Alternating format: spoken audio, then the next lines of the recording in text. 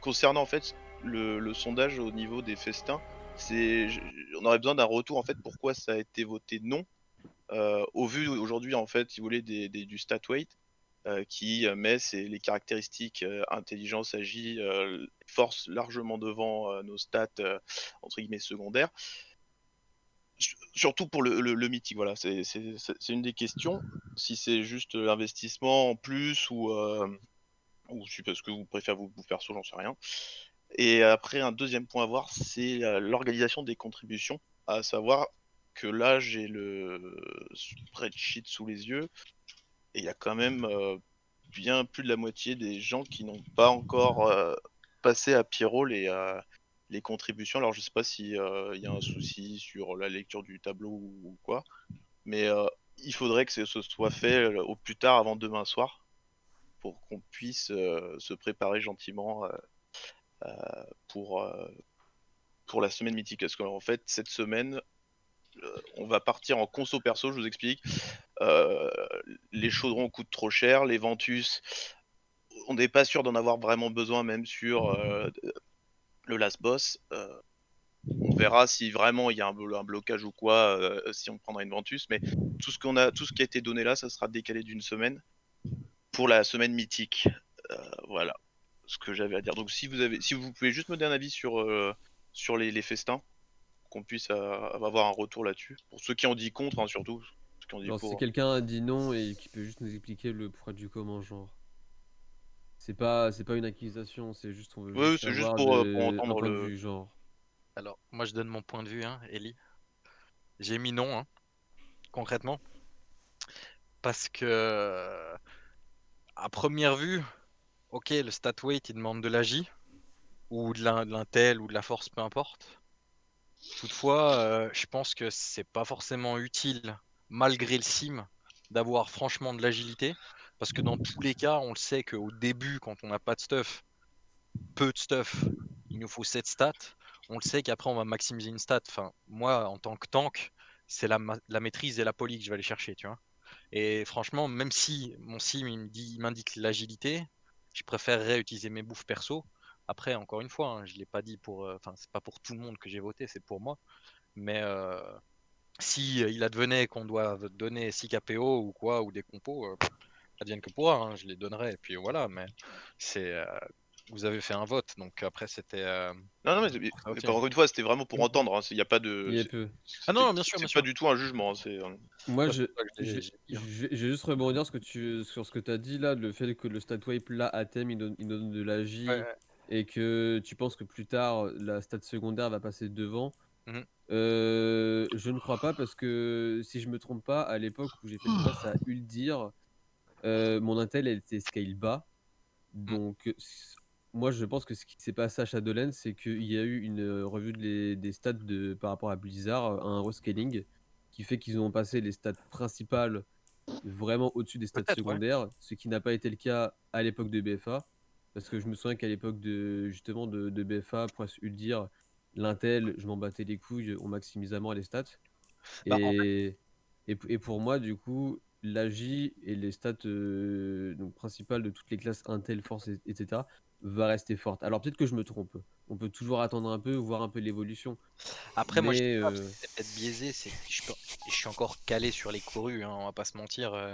Je dis ça, il y a peut-être peu. que c'est biaisé parce qu'à cause des corus, bah voilà. Mais oui, effectivement, je pense que y aller en Hmm. perso et voir par la suite, why not, quoi. Yep, yep. Moi, je te parle par expérience de que BFA, le premier progress, il y avait eu un rescaling, puisque fin Légion, il y a eu un rescaling sur Argus. Il y avait exactement le même rescaling qu'il y a eu un TM. Sauf que, à mon avis, ils ont dû changer sûrement des valeurs dans leur stat principale, ce qui fait que c'est passé ultra devant. Et même moi, ça m'a étonné parce que j'étais parti en mode on va full bouffe perso.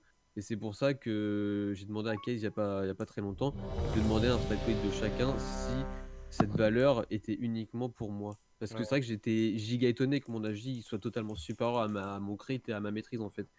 Et je sais qu'à BFA, premier progrès, c'est pas du tout comme ça. Genre Uldir, on avait pourtant zéro gear par rapport à l'extension. Et moi, je pense que ça va rester l'AJ, Force, Intel, baisse stat, donc même pour les festins. Et toute façon, normalement, vous l'avez vu aussi sur les sims, tous ceux qui jouent avec des armes de mêlée, l'arme de mêlée, j'ai l'impression qu'elle sim encore plus haute qu'avant. Alors peut-être que j'ai des conneries, mais bref, mon fusil, je l'ai jamais vu sim aussi haut au niveau du stat weight. Ouais, bah, même si tu regardes. Enfin, j'étais en train de regarder les stat weight que j'ai envoyé à Case, je vois que mon arme elle est à 6,77 et que même mon off-end elle est plus bas que la J. Mais Ouais. c'est vrai que maintenant tu regardes le details, la mêlée elle est quasi devant tout, hein. Enfin, en Yep, tout yep. cas, moi en moins de temps que je regarde à la fin, mêlée c'est ma première, deuxième source, quoi. Après, voilà, de toute façon, on a toujours une semaine de battement en mode, pour l'instant, les festins, ils coûtent cher. On va attendre que les Chinois, ils aillent faire un peu de pêche, fermer des petits sangliers à la forêt d'Halloween, et les Mhm. prix vont baisser à l'HV, tu vois. On peut Mhm. toujours attendre, il n'y a pas de souci. Mais idem pour les Et, chaudrons, hein, du coup. On et tempo, idem pour les chaudrons, parce que les pierres d'ombre à l'aide, hein, c'est... Bah, le problème c'est qu'il faut une répute pour les pierres d'ombre et puis il c'est faut 24 heures de CD. chier de flacons, quoi. Il y a Bah, une- c'est pas tant les flacons, hein, c'est vraiment la pierre, si tu veux. Ouais. C'est que t'en as pour 13K, alors que ça vaut, comme on disait tout à l'heure, 800 PO à la, De comment compo. ça, Ça, de compo. 141 PO exactement, même tout de suite là. Ouais, Bah, J'avoue. ouais. 47 Ouais, 47 merci. Ouais, je suis en Merci de la direct, précision. vous inquiétez pas. Ouais, ouais, tiens le banquier à côté, attention. Ouais. Après, ce qu'on peut rajouter aussi, c'est qu'à terme, on aimerait bien que tout ce qui est genre, enfin peut-être pas les chaudrons, mais enfin si peut-être les chaudrons, en gros que ce soit payé par la BDG, quoi, genre les festins et tout. Et comment on financerait la BDG? Bah tout simplement en fournissant des boosts, quoi, normal. Ouais. Donc là, Voilà. c'est vraiment au début parce qu'effectivement, on arrive, on est un peu creux, il n'y a pas grand-chose. Mais ouais, voilà, c'est vraiment le début où on a besoin, entre guillemets, de beaucoup de contrib. De Mais c'est moulin. vrai que, entre guillemets, si tout se passe bien à court terme, enfin, ou moyen terme, du moins, il y aura plus tout ça à faire, quoi. Voilà, là, on demande pas mal de participation, mais sachez que dès que possible, ça sera enlevé, cette épine. Et puis comme dit, au fil du temps, les compos ils vont baisser de prix et tout, du coup, Oui, bien sûr. ça devrait être ok. C'est que à mon avis, c'est que les 3 premières semaines en vrai, hein, que ça a coûté une méga blinde, hein. Ouais, Tu c'est Ouais, regardes, c'est ça. Ouais, parce que à thème, les gens ils se focalisent pas trop sur la répute, ils se focalisent à mort sur The Mo ou leur gear, leur machin, tu vois, genre. bah, c'est pour donner un ordre d'idée, hein. Ce matin, je me suis quoi, 8h30, j'ai vendu non, 120 potions d'agilité. Non, pas les potions d'agilité. Les machins fantomatiques, c'était 600 PO unité, hein. Aïe. Ouais, Ok. Sans remonter, tu vois, donc j'en ai vendu non. 100. Mais là, oui, mercredi, achetez vos compos maintenant, tous ceux qui veulent raid, ça risque de bouger vers le haut. Mhm. Si vous voulez des flasques, des potes, faites-le aujourd'hui. Tout le monde Ouais. va le faire de toute façon à partir de maintenant, mais ça risque de partir à la flèche mercredi, puisque tout le monde va vouloir des flasques et il y a une quantité limitée à l'HV, et quand c'est comme ça, les prix montent. Donc Yep. au cas où prévoyez le coup, ouais. Ouais, ça va monter en flèche parce que tout le monde va faire ses stocks au dernier moment. Et du coup, je vais Ouais, rebondir là-dessus. Tous les gens là, du coup, qui sont ici, qui vont participer au HM, c'est donc flasque perso, bouffe perso, prépote donc perso. Donc vous achetez vos prépotes, pas celle de Fureur débridée, machin, mes couilles de BF1. On me la fait pas à moi, celle-là, gros, je la Ouais. connais. Nouvelle prépote, bien sûr. Et tous les enchantes permanents et temporaires, d'accord? Donc les enchantes de plastron qui durent que 2 heures et les huiles sur les armes et les pierres sur les armes. Hop. On n'arrive pas les doigts dans le cul. Tout le monde arrive full au petit. Au cas où, il y a quelques enchantes qui sont dispo en BDG que vous pouvez prendre, et sinon, vous pouvez venir me voir pour les enchantes. Vous pouvez venir voir l'Aubringer. Oui. Noyère. Voilà. Et après, du dernier point, par rapport donc au contrib qu'il faut envoyer à Pyro, là, si vous, voilà, il y a un tableau, c'est soit vous le fournissez à la semaine, soit au mois, comme vous voulez. Voilà, ne traînez pas, n'attendez pas le dernier moment. Il y a tout qui est expliqué, donc on compte sur vous là-dessus, pour que tout le monde, pour qu'on n'ait pas en fait à vous courir après sur ça. Voilà. Donc maintenant, si tu veux, apéro, je te laisse Dans le vif du sujet. la parole. Yes. Pour- Est-ce que quelqu'un a des questions du coup par rapport à tout ce qu'on a dit ou pas là? Que ce soit les consos perso, les enchantes, les machins. Aucune question? Non. On passe directement au strat. Allez. On est chaud, on est chaud. Donc, je vais vous partager mon écran, ce sera plus simple pour vous expliquer. Donc, n'hésitez pas à tous vous mettre sur mon stream. J'attends que tout le monde se mette dessus là sur Discord. On vous traque. Yep. Je sais pas, La Gestapo. La Gestapo est ici. Déjà, j'espère que vous avez bien regardé les strats au préalable. Donc, on avait mis un message comme quoi les vidéos de curling étaient assez ok, sauf le premier Last Boss. Donc, si vous avez regardé curling, c'est une bonne base. Si vous avez regardé Relic, on est là, comme ce qui est écrit sur le GDoc, clairement, il y a tout décrit dessus. Donc, il y a toutes les infos qui resteront sur le GDoc ici. Moi, l'utilité de la réunion de ce soir, c'est de vous synthétiser les strats. Parce que je sais que vous avez tout lu, vous avez tout entendu, vous avez tout radé, mais je crois qu'il y a la moitié des capas que vous avez dû oublier. Et il y a aussi peut-être du coup les enchaînements des boss que vous ne connaissez pas. Un truc tout con, mais c'est bien beau de connaître que le premier boss il va faire tel capa, tel capa, tel capa. Mais vous savez pas dans quel enchaînement il va faire ses capas. Donc c'est aussi pour vous expliquer un peu l'enchaînement qu'aura le boss et quelques tricks au niveau des combos. C'est pour ça que si vous scrollez sur le GDoc, à la fin vous avez une partie avec chaque boss où on s'est fait chaque les off à mettre chaque timer de chaque spell. Comme ça on peut avoir les enchaînements. Il y a la rota CD heal qui est faite, d'accord. Donc ça, la rota CD, elle a été retranscrite sur, Exorcus Red Tools. D'ailleurs, petit aparté, add-on pour les raids, Exorcus Red Tools, Big Wigs, Wikora et Airsoft Council. Ouais, petit aparté. Si vous avez besoin qu'on le note quelque part, on le renotera, il n'y a pas de souci. Donc voilà. Donc si vous voulez voir tous les timers ici, les wombo combos qui va se passer dans votre face en raid, c'est là. Sachant que la base de tous ces GDoc, c'est la base de boss en difficulté mythique. Quand je vais vous Les deux expliquer les derniers. strats, je vais vous expliquer la strat globale du boss. Et la strat mythique, elle est vraiment pas ouf. Il y aura quelques boss où c'est un peu tricky. Donc de toute façon, j'appuierai dessus à ce niveau-là. Je rajoute juste que pour le last boss, ce sera juste la strat héroïque. Vu qu'on n'a pas Ouais. encore le mythique de dispo. Ouais, deux last boss, c'est uniquement strat héroïque. On n'a pas, c'est les deux last boss. On sait que ce sera à peu près des murs, donc on n'a pas trop préparé de strat mythique, ça sert à rien. On attendra que les top guilds fassent des trucs très très propres et clairement, bah, on les sucera quoi. On va pas se cacher qu'ils font un truc bien plus solide que nous. Donc, le premier boss. Attendez 2 secondes, je vais me prendre de l'eau parce que je crois que je vais perdre ma salive au fur et à mesure de cette soirée là. Allez, gros, tu auras la pâteuse. Gros, je vais avoir la patte.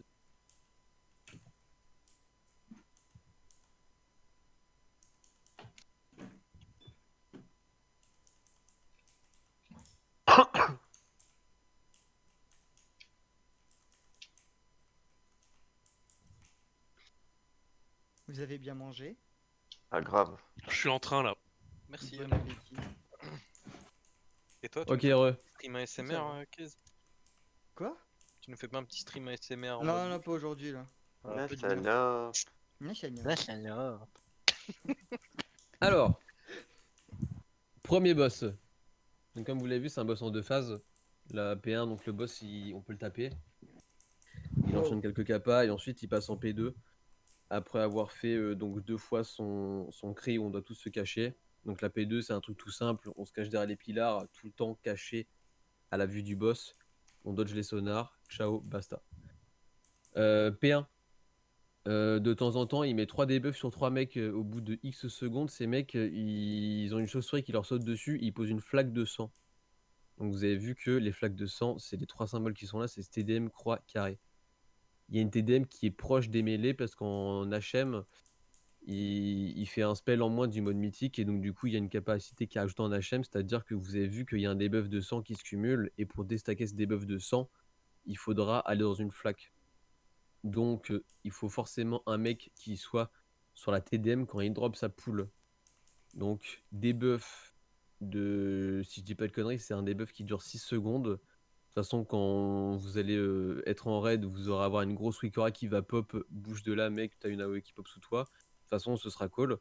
Je vais vous call toutes les capas. Vous sucez le mur, vous déposez votre pool, vous revenez sur le boss. Faut savoir que là, j'avais mis un placement genre de mêlée ici. Nous, les casters, on est là. On est juste ici. Pourquoi on se met là? Parce que le boss, quand il va balancer ses sonars, il faudra les bait. Donc gardez à l'idée que quand on est dans ce placement où on est à gauche, on a mêlé devant, distant derrière. Donc vous avez que 3 capas à gérer en P1. Vous avez ici le placement à gérer pour poser les debuffs sur votre gauche, d'accord? Vous déstackez si vous avez des stacks parce que je pense que vous déstackez FFA, il n'y a pas trop de trucs là-dessus. C'est un premier boss, les dégâts sont useless, donc vous déstackez quand vous voulez, il n'y a pas de priorité là-dessus. De temps en temps, le boss il fait un petit cleave, il fait un swap, enfin je sais plus comment c'est le nom en anglais. Bref, il se retourne sur des mêlées, il met un coup de griffe devant, si vous êtes devant, vous prenez des dégâts. Spell tout con. À chaque fois que le boss fait un spell comme ça, vous vous replacez bien ici. Parce que après le boss il va cast un sonar. Donc le sonar, pendant 3 secondes, il se retourne, il commence à cast. À la fin de ce cast, les boules commencent à partir. Quand les boules commencent à partir, les casters et les mêlées, on va switch de côté, on va de ce côté-là, là-bas. Donc vous avez vu que j'ai replacé la TDM, la croix et le carré là-bas. Donc dès qu'il y aura des nouveaux debuffs, les mecs iront péter derrière. Donc ça, c'est les deux placements pour la P1. On est à gauche, on drop les poules, il y a des sonars, on va de l'autre côté. On se débuff quand on a besoin, aucune difficulté là-dessus. Et le boss, il met un petit cliff devant lui. Juste, pensez bien toujours à vous replacer. De toute façon, je crierai bait, bait, bait, bait, bait. Quand il fera le sonar, vous inquiétez pas, vous serez prévenu, il n'y a pas de souci. Dès qu'on est placé là où vous voyez que je bouge le symbole des casters, le boss, quand il sera sans énergie, il va faire un cri. On doit tous être cachés. Si vous n'êtes pas caché, vous allez choper un debuff sur vous qui va faire qu'une chauve-souris va vous sauter dessus, vous faire des dégâts et drop une poule. Donc le boss cri, on se cache, on n'a pas de debuff. Mais par contre, même tous les mecs qui sont donc cachés drop une poule. Donc quand on va se cacher du côté qui est tout en haut, là, en fait, on ira se cacher là où j'ai mis mon verre. Le verre ici, c'est le safe spot. C'est-à-dire qu'on ira se cacher là-bas.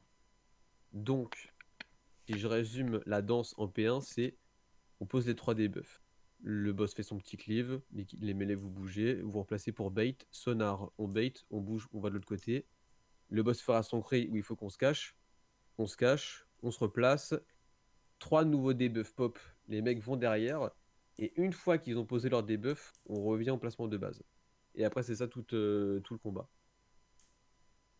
Ça, c'est pour la P1. La P2, c'est simple. C'est quand le boss, il enchaîne 2 fois son cri, on doit se cacher sur le verre. Il passe en P2, il va au milieu de la salle. Il se met une aura autour de lui. Si vous êtes dans son aura, il vous détecte, il vous met un debuff exactement celui que vous placez sur TDM, croix et carré, qui fait que pendant 6 secondes, vous pouvez vous placer et à la fin, vous avez une chauve-souris qui vous saute dessus, fait des dégâts, drop une poule.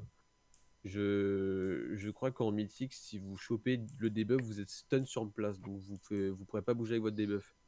C'est-à-dire que si vous vous faites attraper par un sonar, vous êtes stun, la AOE, elle est sur vos mates et ciao.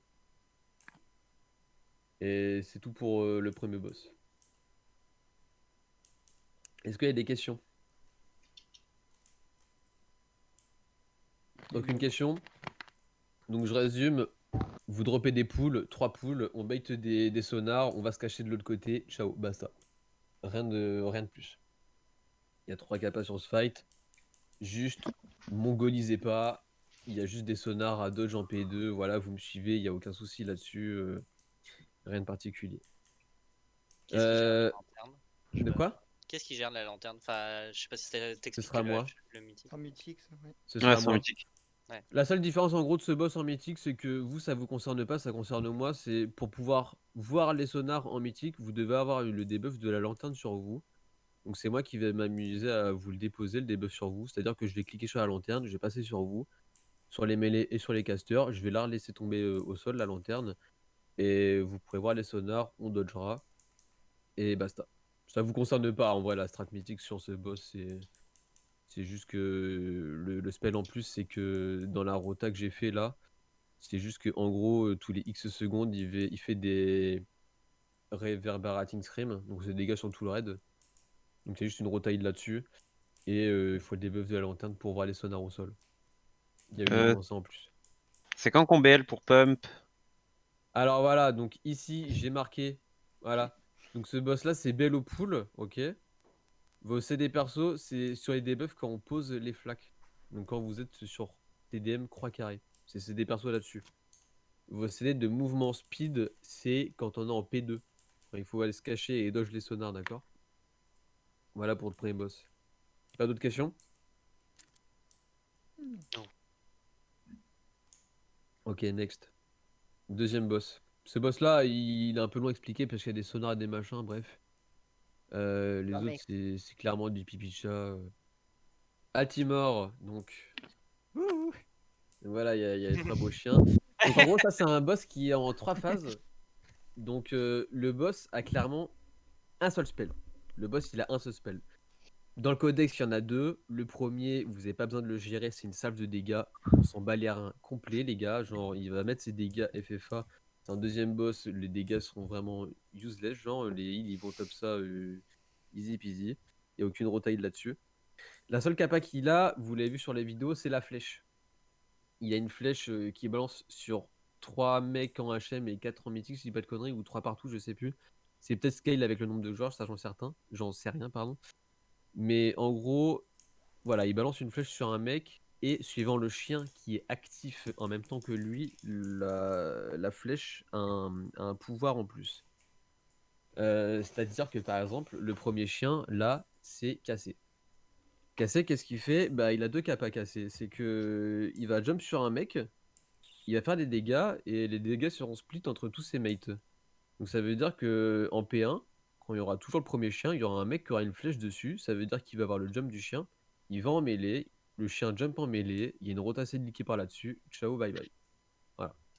Le deuxième spell de ce chien, si je dis pas de conneries, c'est un cleave sur le tank. Si je crois que c'est ça, non? J'ai plus l'info. Je me Je sais pas rappelle. si vous savez ça, Eli ou Shunk. Je sais qu'on devait le tanker de manière à ce que ça ne tue pas dans le groupe, mais. Ouais, je crois que lui, en Ça gros, reste son pas deuxième comme ça. spell, c'était juste un cleave. Hein. Yep, c'est ça. Donc voilà, donc ce chien, littéralement, un spell, c'est il saute sur un mec, vous allez au cac, les dégâts sont split sur les mêlées, ciao, bye bye. La flèche du boss, quand le premier chien est pop, il faut que vous soyez 3 à soak la flèche. C'est-à-dire que la flèche va faire des dégâts multipliés par 4 ou 5, et les dégâts sont répartis entre tous les mecs qui prennent la flèche. Donc pendant que le premier chien est actif, si vous êtes seul à avoir la flèche et que personne vient vous aider, vous allez complètement mourir en fait. Sauf si vous avez une immune. Les immunes marchent là-dessus. Donc ça, Que c'est les... la preuve. Vas-y, Ouais. pardon. Que les immunes mêlées, je crois. Du coup, Bop et Bull, Block, ce genre de choses. Mais Ouais. Cos, ça Je marche pas, crois, je crois. ouais. Non, je crois pas, ouais. Ouais, ouais, c'est du physique. Que immune physique. Il y Quand avait une le histoire de deuxième chien disparition, est je crois. pop. De quoi? Il y avait une histoire de disparition aussi avec le Fufu, hein, je crois. Passé. Je crois Je que ça sais passait plus. pas, justement, ça. Il me semble que ça passait pas. Bref. Je sais plus. Ça le forçait pas, genre la flèche partait instant quand il le faisait? Genre quand tu mets une immune, ça part Bah direct? ouais, mais on sait pas s'il avait claqué light ou pas. Genre, je sais plus Ouais, s'il y a du délai, genre. ok, Mais ouais. bref. Je me rappelle une fois Re- comme ça. Retenez que quand on est sur le premier chien, quand vous avez la flèche, vous devez aller des vos mates. Vous soquez la flèche. Vous devez être 3 pour soquer la flèche, c'est tout. Si vous êtes plus, ça sert à rien parce que tous les mecs qui soquent la flèche ont un dot après sur eux. Donc faites le minimum pour pas que les mecs meurent. Donc normalement 3 c'est bon. Si vous voulez, allez-y à 4 vu qu'on sera à 30, ce sera juste pour sécuriser le truc. Le deuxième chien, il pop une fois que le premier meurt. Donc sachez aussi que la vie des chiens et du boss sont liées. Donc du coup, quand le troisième chien mourra, le boss mourra en même temps. Euh, Ouais. Juste, c'est pas vraiment vrai. En gros, les chiens, ils ont 30% de HP du boss.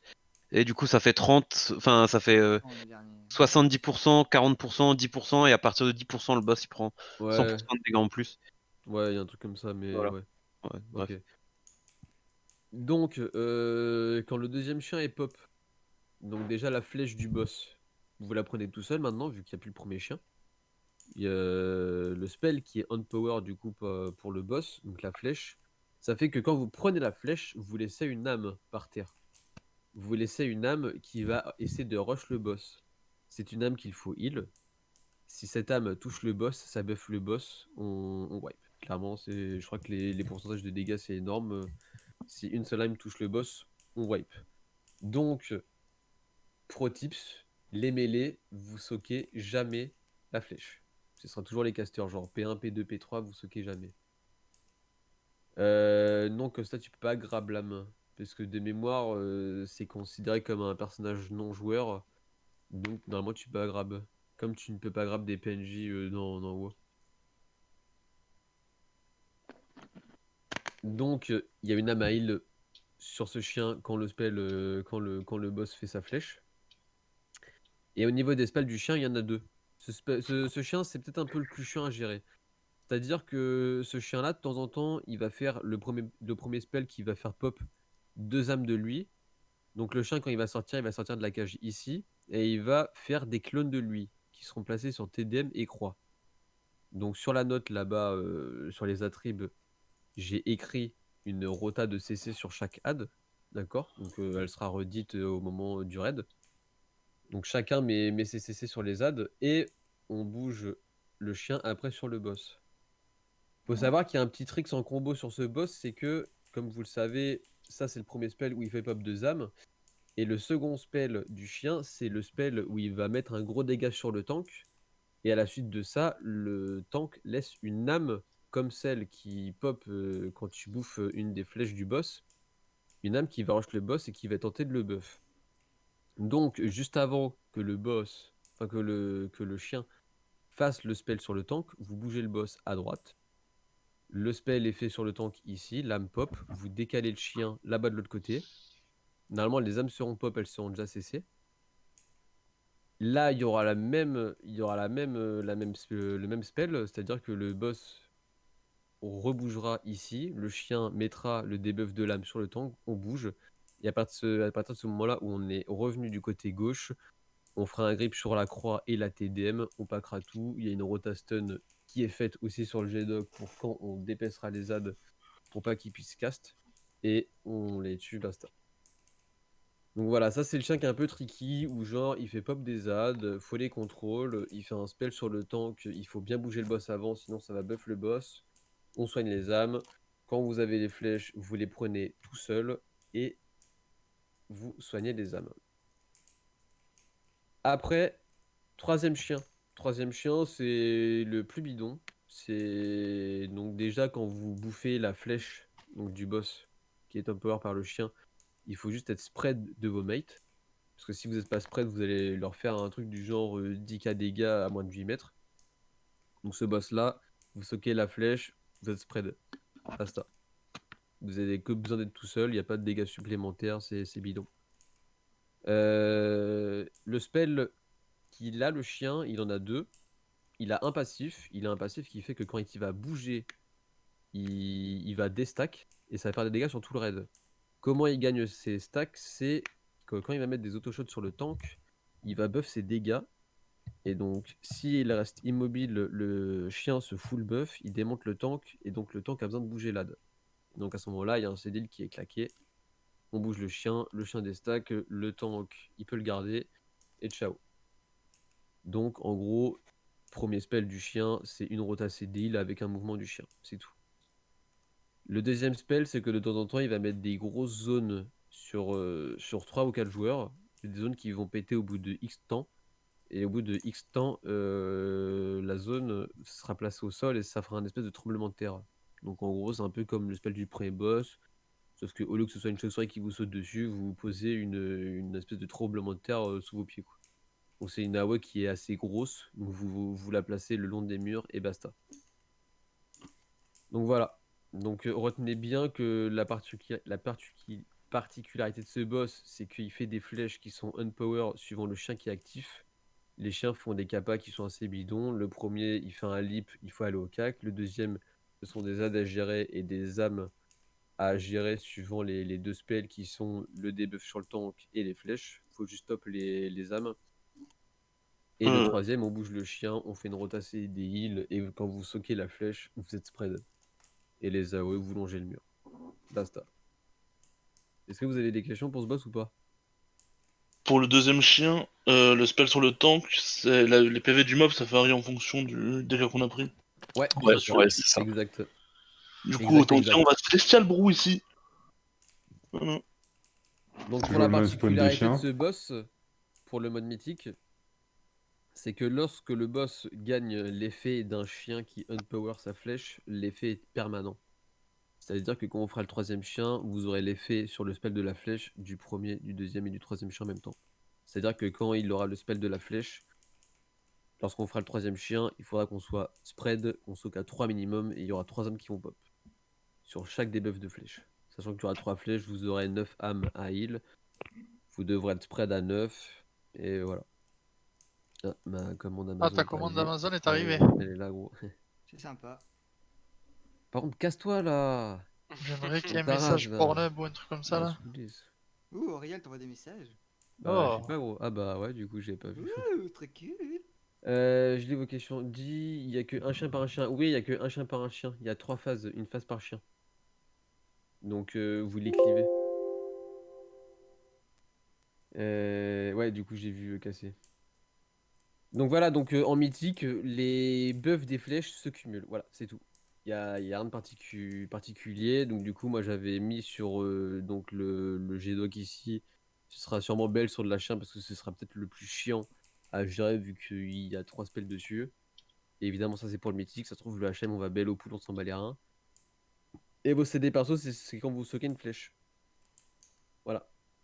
Donc boss très simple. Est-ce que vous avez des questions sur ce boss ou pas? C'est toujours la même rota des chiens. Ouais. Genre, c'est toujours cassé, case et Drakor ou des fois c'est random? Non, non, l'ordre est fixe des pop des chiens. Ok. Le premier chien est ici, le deuxième chien est là et le troisième sort ici. Tous des chiens. C'est pour ça que quand j'ai expliqué tout à l'heure, le chien sort ici, donc son premier pop d'âme, il sera là et là en fait. Et que quand il fera son combo, en gros le boss il va faire comme ça, tac tac, et après il va revenir, on clive tout et basta.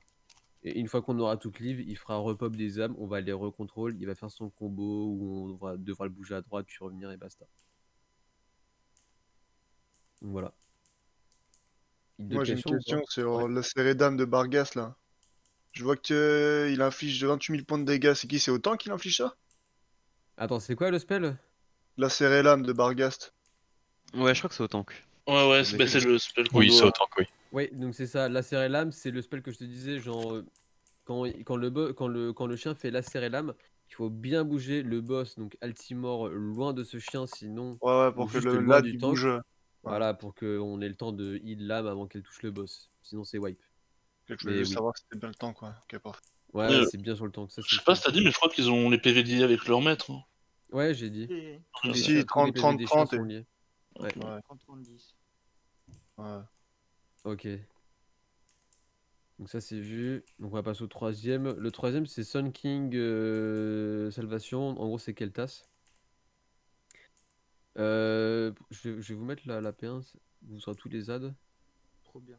Donc ce boss là, comment ça se passe? Vous avez deux types de phases. Vous avez une phase où on doit heal Keltas et gérer des adds. Et vous avez une P2 où normalement il n'y a plus d'adds à gérer, ou du moins ce sont des phoenix, où il n'y en a que un ou deux. Je crois qu'en mythique il y en a deux et en HM il n'y en a qu'un seul. Je sais pas si c'est scale suivant le nombre de joueurs. Mais en gros voilà, deux phases.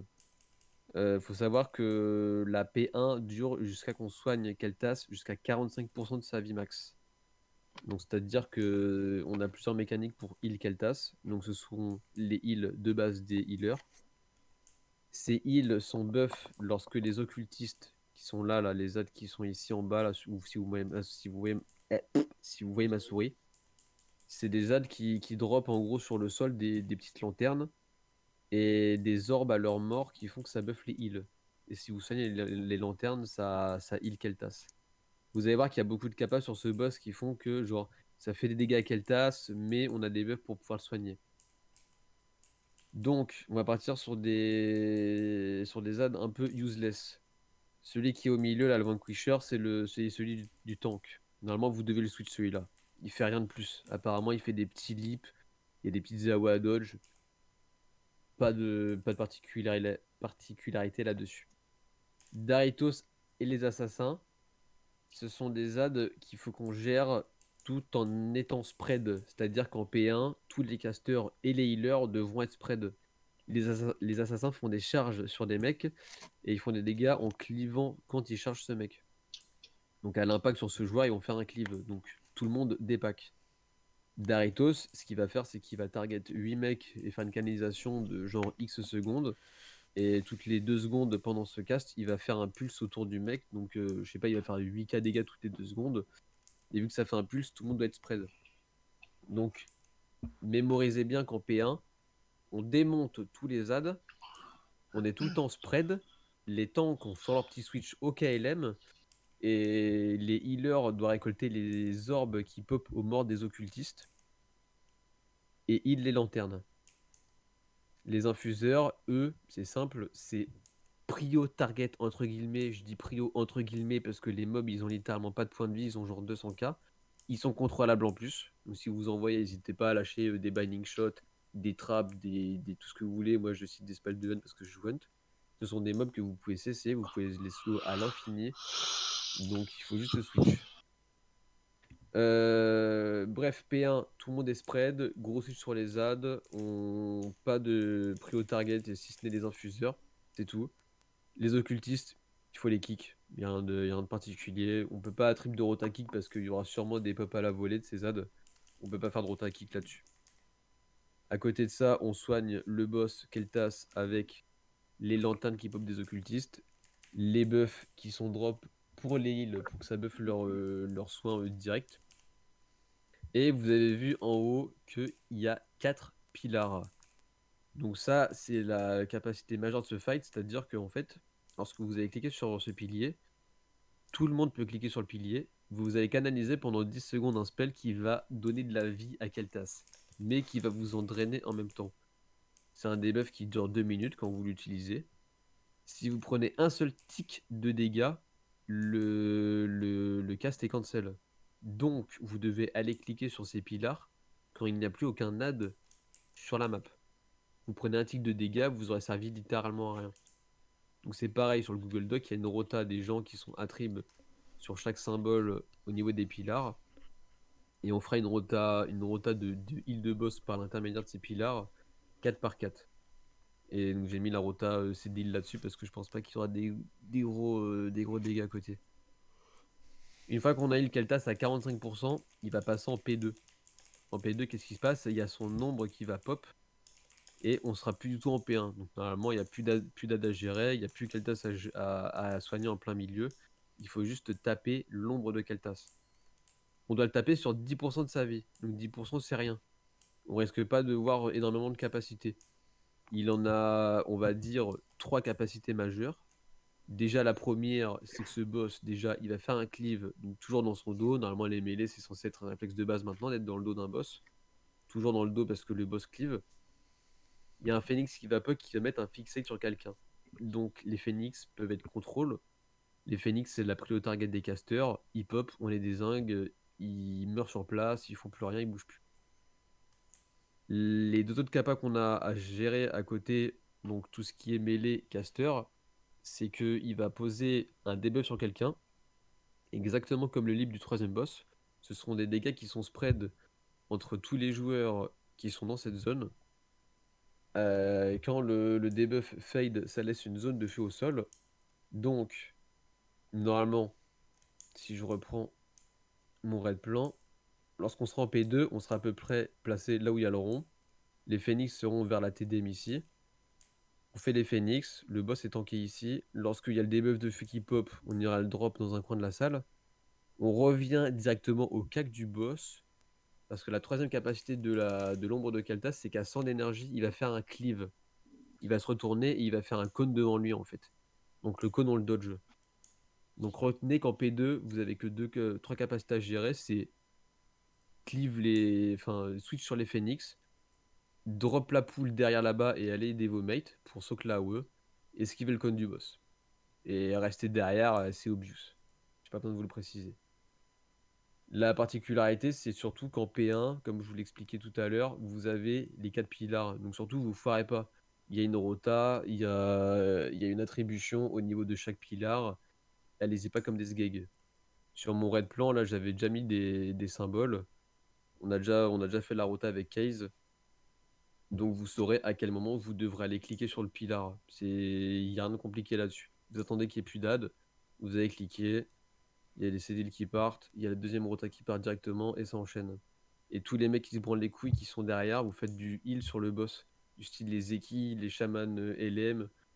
paladin rate, toutes ces conneries, vous avez des spells de heal, vous pouvez heal le boss. Et pour tout le reste, après, vous switchez sur les adds s'il y a des pops. Donc ce boss-là, voilà, pas compliqué. Ce boss-là, la seule différence qu'il y a en mythique, je vous le dis tout de suite parce qu'il y a littéralement une capa en plus, c'est que lorsqu'on est en P1, vu qu'on doit heal le boss va cast donc une pyroblast. Cette pyroblast est cancel quand le boss a perdu son shield. Donc en gros, il commence à cast la pyroblast. Il a un shield sur lui. Si on doit sonner le boss, on doit remonter le shield de 30% de points de vie. Et après, la pyroblast est cancel. Et quand on est en P2, vu qu'on doit taper le boss, on doit taper le boss du montant de ce shield pour cancel la pyroblast. Si on cancel pas, c'est wipe. Voilà. Donc en gros, retenez que pour le mythique, quand il y a la pyroblast, c'est spam heal le boss, et en P2, c'est blast DPS le boss. Basta. Normalement, j'ai fait le tour. P1 spread, on fait la rota sur les piliers, on explose les adds, on contrôle les infuseurs, les occultistes, on les kick, ils drop le lanterne, on soigne les lanternes, et on laisse les buffs au heal. Et on top le boss. Est-ce que vous avez des questions pour ce boss ou pas? Ou tout est compris? Is ok. T'es clair, mec. De toute façon, ce boss-là, c'est des adds, on est spread, on va cliquer sur les pilars, P2, il y a un debuff sur quelqu'un, on l'aide à soak le frérot, on revient, on dodge le con, on focus les phoenix. Basta. En mythique, y a pas les phoenix qui sont perma. Bah, moi j'ai vu des logs de mecs en mythique, ce qu'ils faisaient, c'est qu'ils les tuaient et genre, ils mettent un laps de temps en fait à repop. Ouais, mais ce que Pyro voulait dire, c'est à partir de la première P2, genre t'as tout le temps des phoenix. En fait, t'es tout le C'est temps, ça. ouais. Du coup, faut Ça, tout le ils temps les le gérer. pas. En mode mythique, Ouais. les phoenix ressuscités ne disparaissent pas lorsque l'ombre de Kael'thas est vaincue. Ok, ouais, donc on les aura toute la phase. Après, je crois qu'ils ont pas beaucoup de PV, donc c'est vraiment Ouais, du. Ouais, C'est ce qu'ils vont me faire chier, c'est tout. c'est Le vraiment plus du dur, chat. plus dur, c'est de click sur eux, quoi. Pas d'autres questions, les frérots? Non. On passe au next? Non, mec. Let's go. Quatrième boss, pardon. Ah, c'est le best. Artificeur Ximok. Casse les couilles. Donc, Trop bien. ça, c'est un boss qui est en 3 phases. La particularité de ces 3 phases, c'est qu'en fait, à chaque phase, il va aspirer ce qu'on appelle un cristal de puissance qui va lui conférer un spell supplémentaire durant la phase. Donc, je crois que la P1, c'est jusqu'à 30%, jusqu'à 70%. Après, c'est jusqu'à 40%, et après, c'est jusqu'à sa mort. Durant tout le combat, retenez qu'il fait 3 spells vraiment importants. Le premier spell qui est très important, c'est qu'il va poser des debuffs sur 2 mecs. À la fin de ce debuff, les mecs drop un portail sur le sol. Donc, pendant toute la P1 et la P2, quand vous droppez les portails, vous les droppez du cul du boss. Ah non, mais j'ai remplacé le boss là en fait. Un salam frère. Hop là. Vous le droppez du cul du boss jusqu'à tout au fond là-bas. P1, P2, vous les placez toujours comme ça. Je vais vous expliquer pourquoi juste après. Déjà pendant tout le boss, vous aurez 2 capas à gérer. C'est donc, enfin, en plus de celle-là, donc le drop des portails à placer. Rien de compliqué. Vous aurez à esquiver des pièges qui sont au sol. Donc c'est des pièges où en gros, lorsque vous marchez dessus, vous êtes immobilisé et on doit switch sur vous pour casser votre piège. Donc clairement ça casse les couilles. Ces pièges peuvent être clean, je pense, par tout ce qui est cause, bulle, immune. Ouais. Donc quand la salle est trop remplie, on fait un petit clean sous immune, on clean la salle des trappes. Et de temps en temps, le boss il a balancé des petits rayons par-ci par-là, un peu comme le boss qu'il y a à The Other The Side, Other Side. qui ressemble exactement à lui, genre il balance des billes, mais ça part dans tous les sens.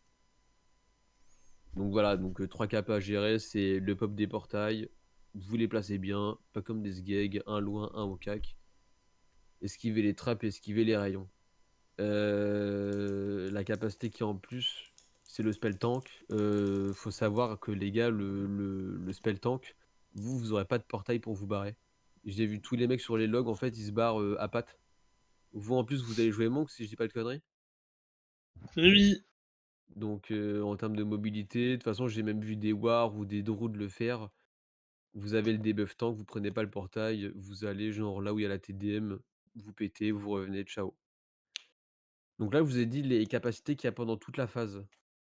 La capacité qui fait que le boss est en P1, c'est que de tous les X temps, donc je sais plus combien, mais c'est un timer très, très long, c'est genre toutes les minutes ou toutes les minutes 30, le boss va faire pop des âmes qui ne sont pas targetables, qui ne sont pas cessables, elles vont juste vous courir après et si elles vous touchent, vous êtes CM. Donc le but du jeu, c'est que si vous êtes fixé par une âme, vous allez vers un portail et vous faites du ping-pong. Pour faire que l'âme, elle va switch entre les 2 portails, vous allez sortir et re-rentrer d'un portail à l'autre. L'âme va faire des allers-retours, elle va jamais vous toucher et c'est free. Si vous êtes touché par une âme, vous mourrez. Je préfère vous le dire, genre, c'est la différence entre le HM et le mythique. En HM, je crois que même en HM d'ailleurs, faut vous tuer, si je dis Ouais, pas il de me semble conneries. aussi. Il me semble aussi. Donc clairement, vous vous faites toucher par une âme, on vous déso, c'est ciao le combat, hein, si vous êtes au sol. Donc voilà, donc P1, juste des Adakites par l'intermédiaire du portail. Si je peux juste Heu, rajouter un petit tips pour la P1, vous ouais, verrez que vous êtes focus par un fantôme. En fait, vous allez avoir des yeux qui vont pop au-dessus de vos têtes, genre 2-3 secondes avant que les fantômes ils spawnent.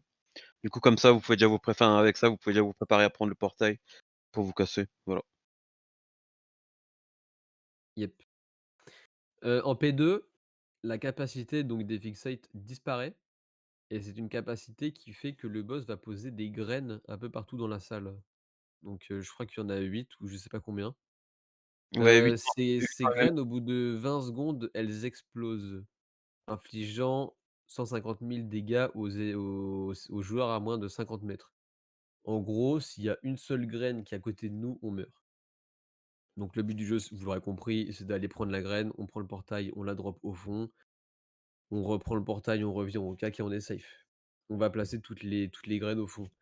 Les graines qui sont sur le teco, là, comme celle que je suis en train de déplacer, allez pas vous rendre fou, allez la placer vers l'autre portail là-bas, vous la décalez juste comme ça, genre.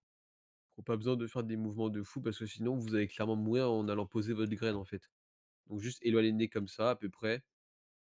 C'est un ordre d'idée. Vous avez compris l'idée. P2, éloigner des graines du raid. C'est tout. Et quand les graines pètent, surtout quand les graines pètent, je l'annoncerai, on vient bien vers le boss, qu'on soit vraiment max distance, côté safe, par rapport aux reines. Donc voilà, donc ça c'est la P2. Et la P3, donc là, il faudra faire peut-être un changement de portail. Je pense qu'il y aura même pas besoin parce qu'on aura des rotas de CD, de mouvement speed. Le boss va faire littéralement un truc qui sera à peu près gros comme ça, voilà. Plein milieu de la salle, un espèce de vortex, de ces morts là, où il va tous vous aspirer dedans. Si à la fin de cette aspiration, vous êtes dans cette zone, vous êtes mort. Le but du jeu, c'est de courir pendant 10 secondes à contresens par le biais de vos sprints perso, de roir de druide, de gate démo aussi. Utilisez tous vos CD de mouvement speed, mais sortez du truc. Je conseille pas de poser le portail pour ce spell là, parce que imaginons que le mec il se dit: «Ouais, mais attendez les gars, on va placer le portail ici et le portail comme ça». Donc ça veut dire qu'il y a un mec qui va jouer la grid. Au dernier moment, il va prendre le portail gros sur la croix et il va sauter là-bas et au finalement, moi je les connais les gars c'est qu'ils vont jamais le prendre le portail, ils vont mourir dans cette zone en fait. Donc juste, on a regardé sur des streams, si vous avez un minimum de mouvement speed, vous pouvez sortir du cercle sans avoir besoin d'aide du portail. Donc voilà. Donc c'est pareil, c'est un boss qui est pas très compliqué. Le truc qui peut être un peu tricky, c'est les âmes. Je crois que qu'elles cavalent assez vite, donc soyez assez réactifs là-dessus. De toute façon, ça, ce sera pareil, je vais vous le call, genre 3 secondes avant que les âmes pop ou 5 secondes, je vous dirai: «Allez sucer un portail, mettez-vous à côté, tenez-vous prêts à le prendre si vous avez les yeux sur vous et vous faites le ping-pong». Donc voilà. La différence de ce boss en mode mythique, c'est que c'est comme Altimor, les gains de spell se cumulent. C'est-à-dire qu'en P1, on aura uniquement les âmes, en P2, on aura les âmes plus les graines et après on aura les âmes, les graines et la consa, ouais, ou je sais pas comment ça s'appelle ça. Voilà. Est-ce que vous avez des questions? It's OK. C'est pareil, ce boss-là, il est pas très dur, hein. De toute façon, vous allez voir que les boss sont pas très durs, il y a que les 2 derniers qui sont un peu chiants mécaniquement. Donc ça, OK. Donc, Hungering Destroyer. Je vais prendre ton red plan parce que ce sera mieux. Donc, Hungering Destroyer, donc c'est un boss, donc qui a une seule phase avec une intermission. À la fin de l'intermission, il reprend donc sa P1 et il reprend il fait exactement le même cycle de spell que la première fois. Donc on a déjà des timers fixes là-dessus au niveau des rotas pour les CD heals, pour les debuffs des miasmes que je vais vous expliquer juste après. Donc, dans un premier temps, la capacité principale du fight, c'est qu'il va poser des debuffs sur des mecs. Il y aura 3 debuffs en HM si je dis pas de conneries et 4 en mythique. Il va poser des debuffs sur des mecs qui vont durer 24 secondes et pendant ces 24 secondes, ces mecs ne peuvent pas recevoir de heal. Pour recevoir du heal, ils doivent sucer donc des gens qui sont dans leur cercle autour d'eux. C'est-à-dire qu'en fait, imaginons là le mec qui a le triangle, il a le debuff du miasme et il a une petite zone autour de lui. C'est une zone pour délimiter les joueurs qui peuvent ou pas soak son truc. Genre vous rentrez dedans, le mec est en train de sucer votre vie, vous sortez, il vous suce plus. Voilà, basta. Les tanks sont pas affectés par ça. Les tanks ne Je sont pas crois pas. affectés par ça. Ok, Non, ils sont pas affectés, mais tu peux aller aider tes mates par contre. ok, ouais. Tu peux te faire sucer ta vie en fait. J'aime bien me faire sucer. Voilà, donc tu peux te faire sucer Gna, gna. par Quel par plaisir. le miasme. Mmh. Donc ça, je vais revenir vite fait après à la particulière du mode mythique sur ce boss. Ce sera un peu casse-couille, mais j'y reviendrai après. Qu'est-ce qui fait de plus ce boss? C'est que déjà, il fait des dégâts qui sont sur tout le raid, tous les X secondes, donc en gros, il y a une rotation d'île là-dessus, on peut rien y faire, vous avez juste à vous en battre les couilles. Vous avez un debuff sur vous qui fait que vous allez drop une ligne devant vous. Vous avez sûrement dû voir ça dans une des vidéos. Il y a 4 mecs qui vont avoir des debuffs et à la fin de ce debuff, le boss va cast une ligne de dégâts sur eux. Si vous avez 2 debuffs, vous mourrez. Comment vous pouvez avoir 2 debuffs? Imaginons, vous vous placez mal, vous avez une ligne sur votre gueule et il y a un autre mec qui est venu se décaler au dernier moment sur vous, vous allez mourir. Parce que quand vous subissez une ligne, vous avez un debuff qui augmente les dégâts subis de à peu près, je crois, 500 Ouais, tu comme pour ça. la prochaine ligne que tu prends. Donc en gros, tu vas te la prendre ta ligne, gros, y a pas de souci. Mais celle de ton pote, attention, elle va arriver aussi fort qu'un train dans ton front et bon, ce sera direction le cimetière. Donc, quand vous avez les lignes, vous dépaquez. Donc toujours, on a mis une petite flèche, vous êtes toujours de votre côté gauche par rapport à votre groupe et vous dépaquez. Quand je dis vous dépaquez, c'est-à-dire que vous voyez ma souris là ou pas? Au lieu de Oui. vous dépaquer et de rester en mêlée, vous vous dépaquez derrière pour avoir le moins de chances possible de bouffer la ligne de votre pote qui est à côté. Ça, c'est uniquement valable si vous êtes 2 du même groupe à choper le debuff de la ligne. Sinon, vous dépaquez à gauche et c'est free, il y a personne d'autre. Donc du coup, comme vous l'avez compris, il y a 3 miasmes, donc on va split le raid en 4 groupes. Enfin, là, j'ai pris l'exemple de 4 parce que c'est pour le mythique. Il y aura 4 debuffs miasmes. Un debuff par groupe, le mec se fait suce la vie de ses mates pour se remonter, il y a des dégâts qui sont random, il y a des lignes à gérer, basta. Il y a une autre capacité qui est la plus importante en P1, après les miasmes bien sûr, non parce que les miasmes c'est le plus important. Il y a un debuff qui fait que au bout de X secondes, vous allez avoir une énorme AOE autour de vous et à la fin du debuff, vous allez exploser puis laisser une orbe sur vous, à votre emplacement. Donc ce qu'il faudra faire, ça c'est pareil, il y a une CDI il y a une rota CDI qui est tournée là-dessus. Avant que ce debuff pop sur vous, l'AOE est proportionnelle à vos PV que vous aviez quand vous avez subi ce debuff. Donc avant que le boss fasse ce spell-là, il y a un CDI qui va partir pour tous nous top. Quand le boss va faire le spell, on aura des AOE qui seront réduites. On se dépackera tous, on ira péter nos AOE, on retournera au CAC et il y aura des orbes qui vont pop derrière nous. Ces orbes-là, il y a 2 moyens de les gérer. C'est soit les temps que vous les gérez et vous pouvez largement le faire, vous en monk, vous allez, soc, tranquillou avec votre front, toutes les orbes qui pop et sinon vous soquez en immune.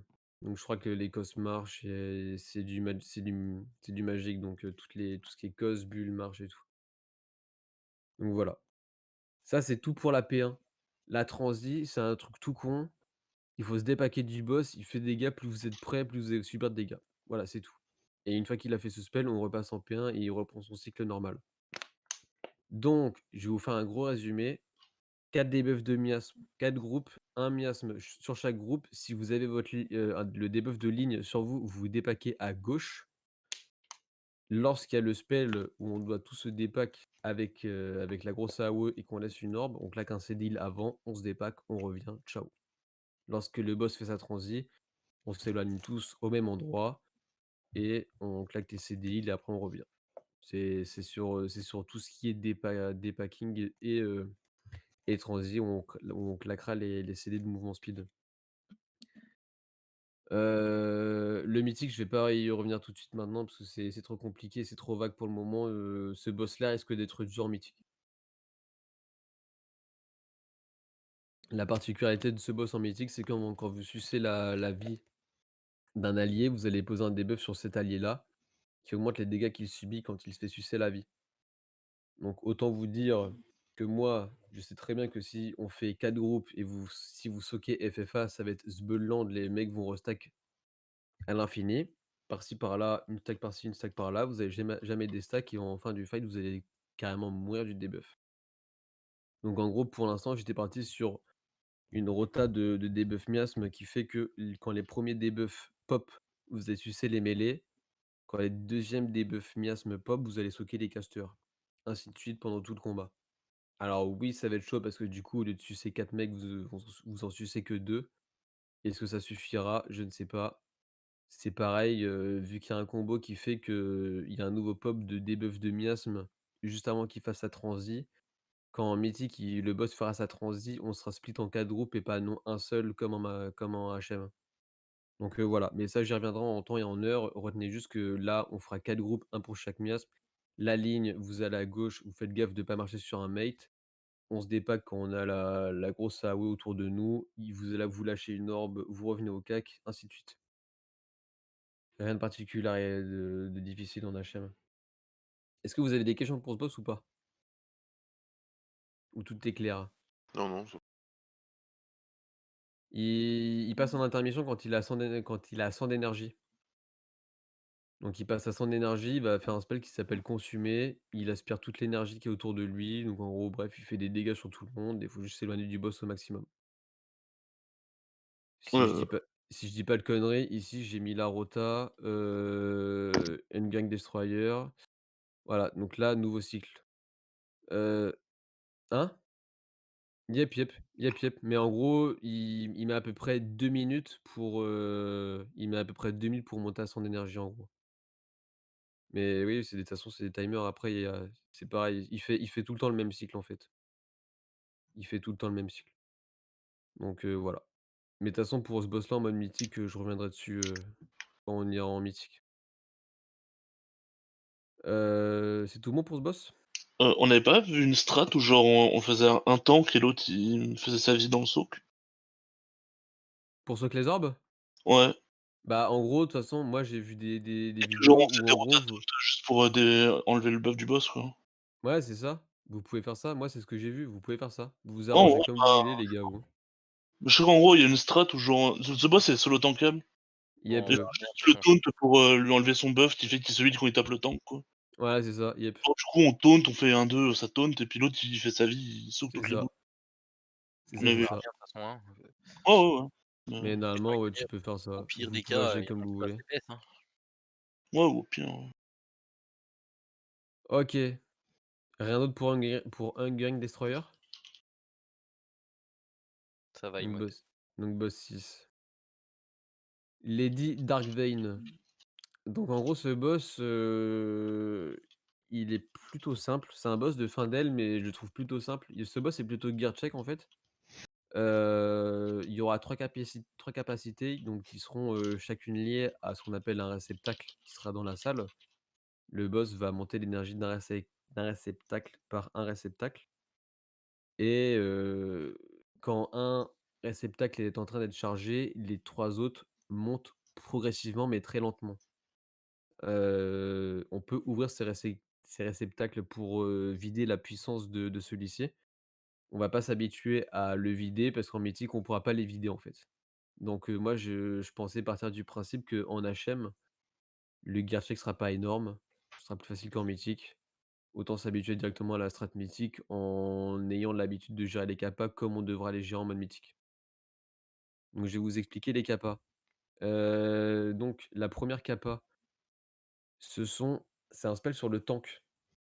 Le boss va mettre un debuff sur le tank et ça va lui faire un dot sur 20 secondes. Le réceptacle, donc chaque réceptacle ont des tranches de niveau. 33 66. Quand le premier réceptacle est à 33, le spell du tank est buff. Donc qu'est-ce qui se passe quand il est buff à 33? Le dot qu'a le tank qui dure 20 secondes se met aussi sur 4 joueurs. Donc du coup, le boss, il va commencer à charger le réceptacle tank. Il y a pas de mécanique en plus à gérer, c'est juste qu'on prendra plus de dégâts sur 4 mecs en prio. Jaradé, les dégâts, ils sont pas ouf, clairement, il y a même pas de retail là-dessus. En fait, le boss, il ressemble un peu au boucher de Cognefort, non? Enfin, si tu dis. Pas trop. En vrai, gear check, mais pas tant que ça. Ok. Parce que j'ai vu sur des vidéos que les mecs, ils avaient pas non plus un DPS de fou et ils ont presque tué le boss en mythique. Oui, mais quand j'entends par le debuff posé sur le tank, c'est un peu. Alors ça, je sais pas du tout que c'était quoi le debuff du boucher à l'époque, donc je saurais pas te dire. Ouais, il a un peu la même merde. Parce que, donc en gros là, donc là voilà, donc il pose un debuff sur le tank. Quand le réceptacle est à 33, 4 mates ont ce même debuff et lorsque le réceptacle est à 66, à la fin de ce debuff, le tank va exploser et faire des dégâts proportionnels à la distance avec ses mates. Donc vous devez juste vous éloigner à la fin du debuff, vous pétez et vous revenez. Le deuxième spell c'est, si je dis pas de conneries, attends, est-ce que je l'ai mis sur le mien? Ah ouais, la deuxième kappa, c'est, il lance des fioles. Alors c'est quoi ces fioles? Donc pendant tout le combat, pardon, il va lancer des fioles. Il faut soak ces fioles. Si vous soakez pas les fioles, au lieu que vous subissiez les dégâts vous allez subir les dégâts vous, mais tout le raid en plus. Donc en gros, juste la fiole touche le sol, tout le raid prend les dégâts. Si vous interceptez la fiole, il y a que vous qui prendrez les dégâts. Quand la fiole est on power à 33, elle laisse une flaque au sol, même si vous la touchez. Donc quand vous soquez une fiole, vous la soquez, après vous dodgez la zone qu'elle va laisser au sol.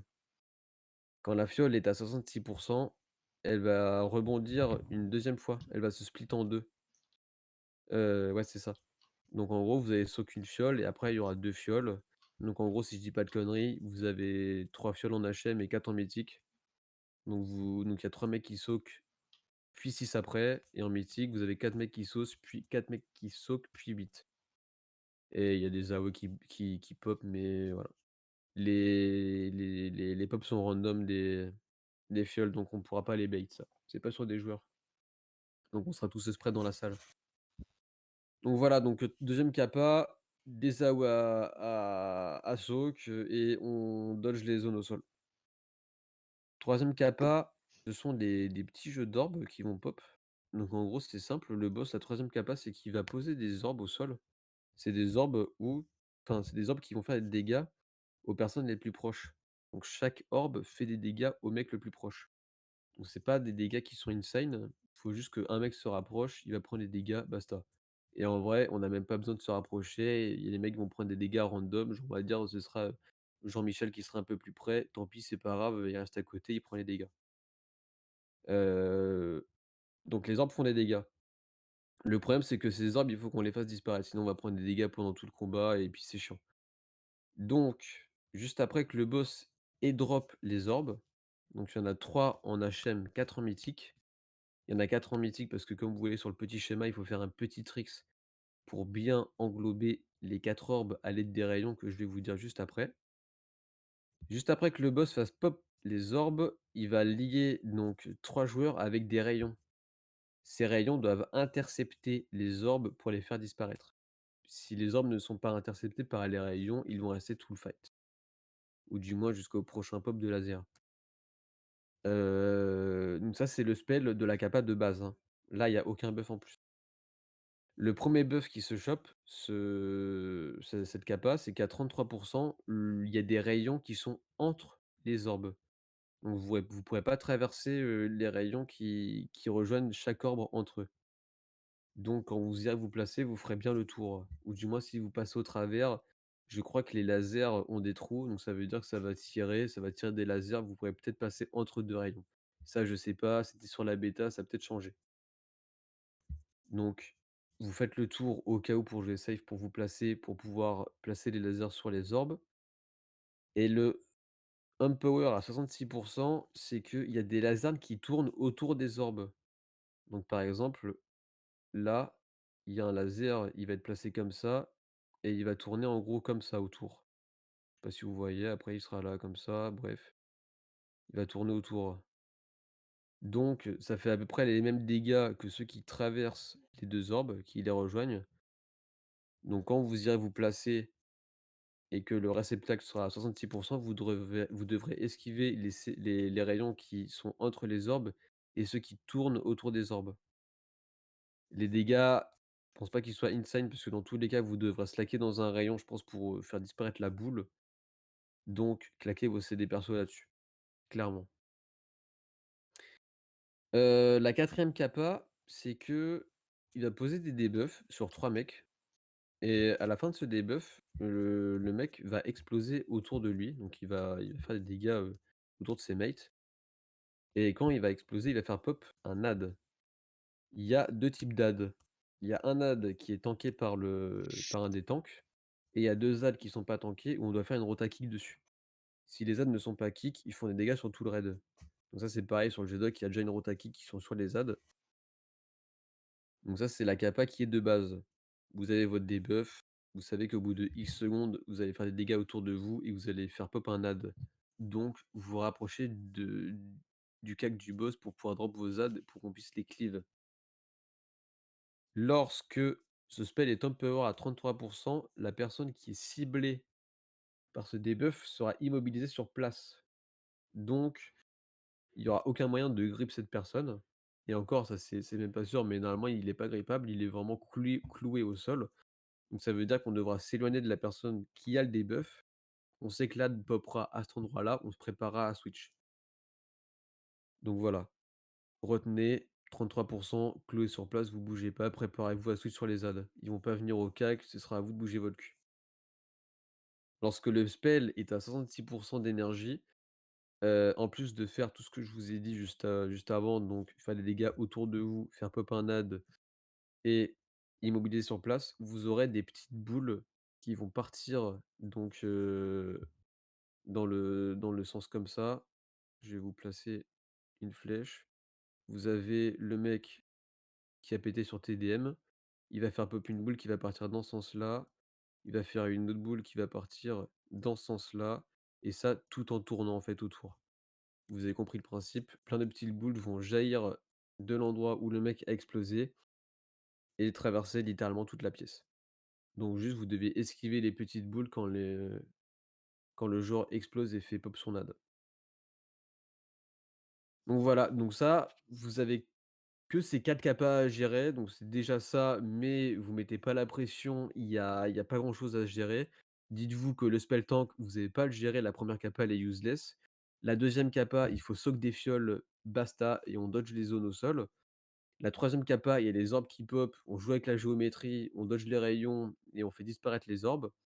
Et la quatrième capa, le mec, il a le debuff, il sera immobilisé, on s'éloigne de lui pour esquiver les dégâts qui va plus autour de lui et on s'éloigne, on va dire au maximum pour pouvoir esquiver plus facilement les boules qui vont gérer de lui. Après, on fait un focus add, il y a une rota kick, basta, on tourne sur le boss. Est-ce que vous avez des questions pour ce boss ou pas? Oui. Ouais? Il y avait pas on a vu sur une vidéo, à un moment donné, les tanks qui devaient se retourner pour fixer un mec. Alors ouais, ça c'est en fait, c'est le spell du tank. Apparemment, ils ont une âme qui pop du boss ou un clone et ils doivent se mettre dos au truc. Ouais, Sinon, ouais, tu ouais. subis des dégâts, je crois. Faut le regarder de face, je crois, le mec, c'est un truc comme Ouais. ça. Je vous avoue que les tanks, j'ai pas radé vos capas Non, parce non, qu'en général, c'est des c'était switches pour. et je t'avoue, je peux pas lire. De toute façon, on va pas se leurrer, hein, on va pas one shot tous les boss, hein, donc on verra bien. Ouais, non, mais. Ah, méfie-toi, attention. Écoute, c'est Donc tangible. voilà, donc la différence qu'il y a donc avec ce boss en mode mythique, c'est que les réceptacles, si on les ouvre et qu'on les vide, l'énergie va se transvaser dans d'autres réceptacles. Donc en fait, le problème, au lieu de l'éliminer, on va juste, faire, rapidement, on va dire se submerger de capacité pendant le fight. Donc en gros, ce qu'on fera, c'est que de toute façon, en HM, on peut très bien les vider, mais du coup, on évite de gérer les capas. Peut-être qu'on le fera, peut-être qu'on le fera pas. On le fera peut-être si ça coince. Mais moi, je propose qu'on fasse un gros tunnel boss des familles. On fait les capas comme on devrait les gérer dans la strat de base, c'est-à-dire le mythique, et on part comme ça. Parce qu'en soi, vous avez vu les capas, elles ont pas où genre vous avez des ailes qui pop autour de vous, vous avez des orbes à gérer avec des lasers, vous avez des zones assaut qui ont rien de particulier. Le boss sera un peu gear check, je crois que du coup ce boss, je crois que j'ai même mis 3 heals, en note, mais bref, ça changera. Pas de questions du coup? Non, mec. De toute façon, si vous avez des questions, vous avez encore tout sur le G-Doc là. Vous avez, surtout la ligne relique on est là, il y a un beau taf qui a été fait dessus. Si vous avez, des questions, au niveau des capas, Et il y a le c'est chan, vraiment POG. il y a le chan aussi FAQ Castlnotria si Ouais, jamais. il y a FAQ aussi. Donc s'il y a pas de questions, je vais passer au Council of Blood. On va danser! Là, voilà, discothèque party. Donc ce boss, donc vous avez 3 boss qu'on devra gérer donc, pendant tout le combat. Plus ou moins, vous allez savoir pourquoi juste après. À chaque fois qu'un boss passe à 50, tous les boss se mettent sur une estrade et ils n'ont rien de danser. Donc vous avez sûrement dû voir la vidéo. On se met au milieu de la salle, il y a un cercle doré qui va pop, vous savez que vous devez aller là et vous suivez les mobs qui vont faire une petite danse et vous avez juste à follow en fait. Il y a rien de compliqué, bref, je vais pas expliquer la capa. 50 du boss, intermission, on va au middle, vous allez dans votre cercle doré, vous suivez la danse et on retourne en P1. Faut savoir que si vous respectez au mieux la danse, vous avez un debuff qui augmente votre hâte juste après. Donc voilà, donc mieux vous danser avec vos petits pieds là, la zumba là C'est pour et pump. mieux vous claquer vos CD après là pour pump le boss. Donc du coup, le boss, on va se dire qu'il se divise en 3 phases. Donc première phase, on a les 3 boss à gérer. Je crois que je vais prendre mon truc là parce que ce sera plus simple. Council of Blood. Voilà. Alors en P1, on avait marqué Focus Niklos. Alors qu'est-ce qu'il y a en capa à gérer en P1? Il y a un shield qui va pop donc sur un des boss, sur le boss qu'on focus. Si on switch pas sur le shield, le boss est immune. Donc vous voyez le shield, vous switchez dessus. Il y a Frida qui fait des darins, mais je crois que justement ces darins d'essence, c'est le spell qui est sur le tank.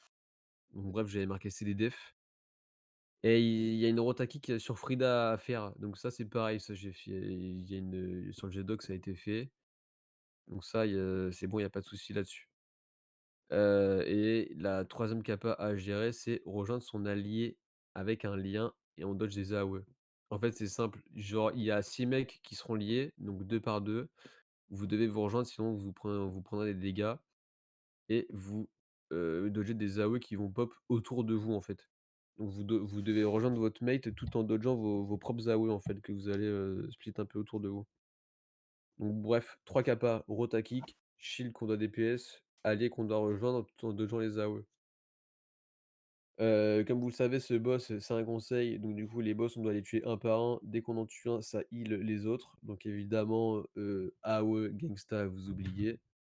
Heu, Faut savoir que ce boss, quand on tue un des boss, il y a une âme merde, il y a une âme du boss qui pop jusqu'à la fin du combat, tout en respectant un seul de ses spells. Là, je vous ai mis que un des 2 spells du boss parce que le deuxième c'est un truc très inutile, c'est un spell qui est sur le tank. Ou alors le boss, il y en a 2 qui sont tankables et le troisième il est pas tankable et son deuxième spell en gros c'est une charge à un endroit et c'est juste une AOE à dodge. Donc bref, j'ai pas expliqué sur le jet doc, je pense que si vous voyez une AOE, petit réflexe des familles, vous sortez quoi.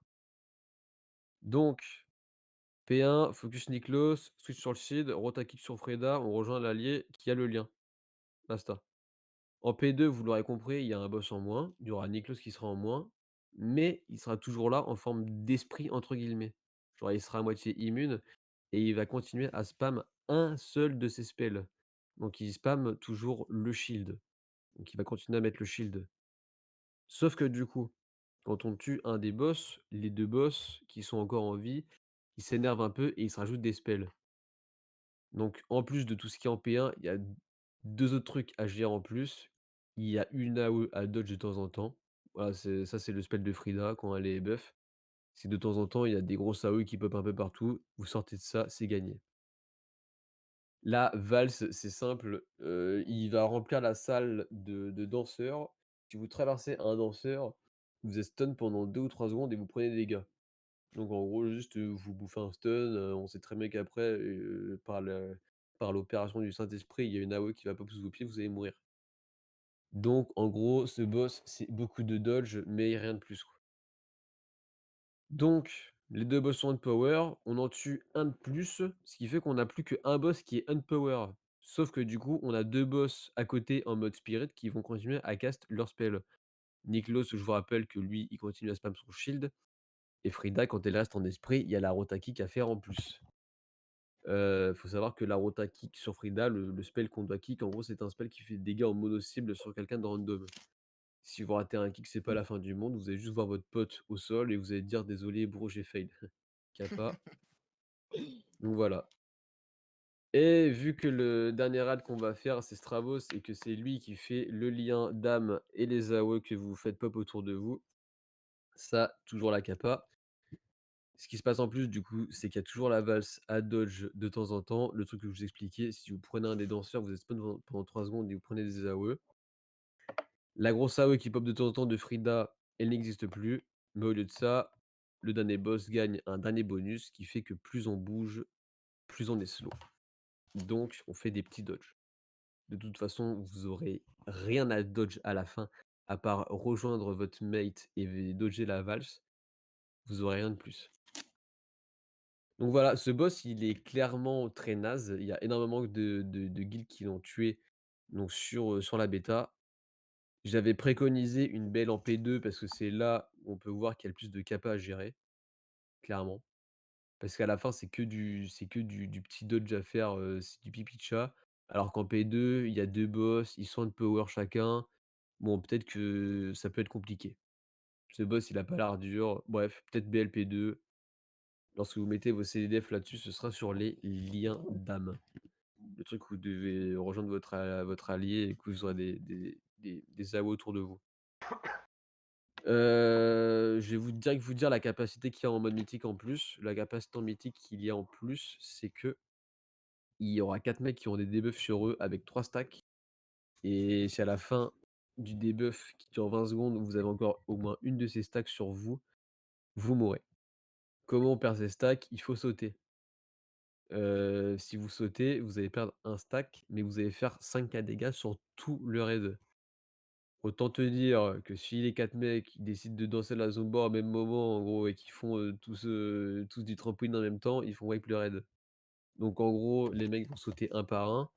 Pas évidemment à des timers, d'imbéciles du style, on sait qu'il y a un lien d'âme dans 3 secondes et on sait que les mecs vont prendre des dégâts. MDR, venez les gars, on saute. Bien évidemment que non. J'ai vu des streamers le faire, voilà, c'est un play XXL. Donc juste après qu'on gère une kappa, les mecs sautent et basta. Tu peux sauter pendant la danse aussi.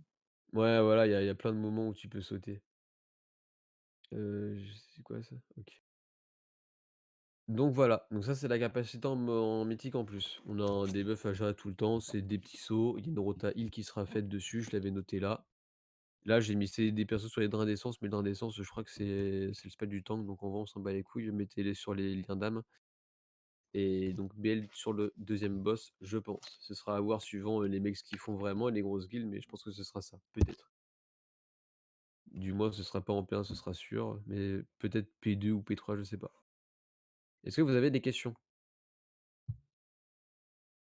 ce que vous devez juste retenir de ce fight, switch sur le shield, rotakick sur Frida, rejoindre votre allié avec le lien, et on dodge de temps à autre des petits danseurs, des petits machins, et puis voilà quoi. C'est tout. Et une transdi qui est vraiment d'une simplicité, mais j'ai jamais eu ça de ma vie en fait. Mais bref. Pas de questions? Non. Non. Le boss il est bidon. Est-ce que vous vous endormez là tous? Je vais vous réveiller là un peu là. On se réveille please. Moi, Est-ce je que sais vous- c'est quoi le prochain boss, je suis réveillé, mon pote. Est-ce que vous voulez qu'on fasse un petit break avant de faire l'autre boss ou pas? Je me tente. C'est comme vous voulez. Est-ce qu'il y en a qui veulent aller chercher un petit café ou quoi avant qu'on fasse Faire les autres boss? pipi. Un petit pipi? Vas-y, tu sais quoi? Il est Ah non, moi 23. tranquille, moi c'était une. Ah non, non, vous en faites pas, j'ai bien aimé poser ma pêche en t'écoutant, Apéro, y'a pas de problème. C'est vrai? Mm. Ah, quel plaisir. Gna. Moi c'était une suggestion des activités faisables, mais. Il y a juste il y a deux personnes qui ont besoin d'une AFK 5 minutes là. Ok, Bah, let's go, alors. on se dit rendez-vous à 22h30 les gars du coup. On va tous vous faire enculer. Et après on finit avec les 3 autres boss. C'est la récré, c'est la récré. Voilà. Moi j'ai fait un Bon, petit- t'as vu, Oh, il bon. faut Libérer les singes. Oh, j'ai pissé vite fait là. Ah mais c'est con.